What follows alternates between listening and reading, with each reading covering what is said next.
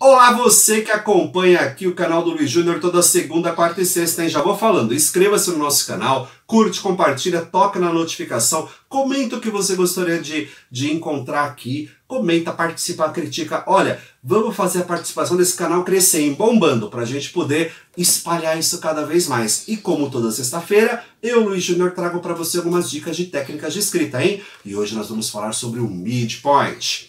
A gente vem falando aí nos últimos tempos sobre a curva da história, né? Sobre ponto de virada 1, ponto de virada 2, ato 1, ato 2, ato 3. Pois bem, na curva da história, o midpoint diz respeito exatamente ao centro da sua história.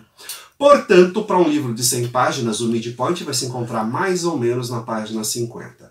Para um livro de 200, na página 100. E assim por diante. Não é necessário ser ali, mas ele é encontrado mais ou menos no meio da história.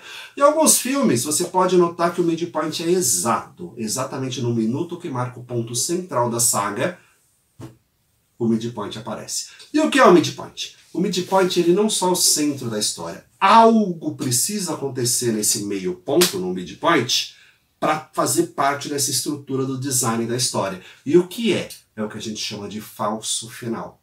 O que é um falso final? O falso final é o nosso herói, nosso protagonista, quase consegue aquilo que ele quer, mas a tentativa é frustrada. Ele chega muito perto de capturar o assassino, mas a tentativa é frustrada. Ele chega muito perto de conseguir encontrar o tesouro, mas o tesouro era falso. Tá ok? Então olha só, mais importante, ele é um falso final. Esse falso final, ele indica para o nosso leitor, ou para aquele que está assistindo o filme, como vai ser o final. Olha que interessante. Então se ele quase atinge o tesouro, e o tesouro é falso, no final ele vai achar o tesouro verdadeiro. Se ele quase captura o nosso assassino, no final ele captura o assassino. Olha, mas também pode ser interessante, você pode trabalhar de uma forma diferente. E se ele capturar o assassino? No final o assassino foge. No final o assassino deixou discípulos e vão ferrar com a vida dele. E se ele achou o tesouro de verdade?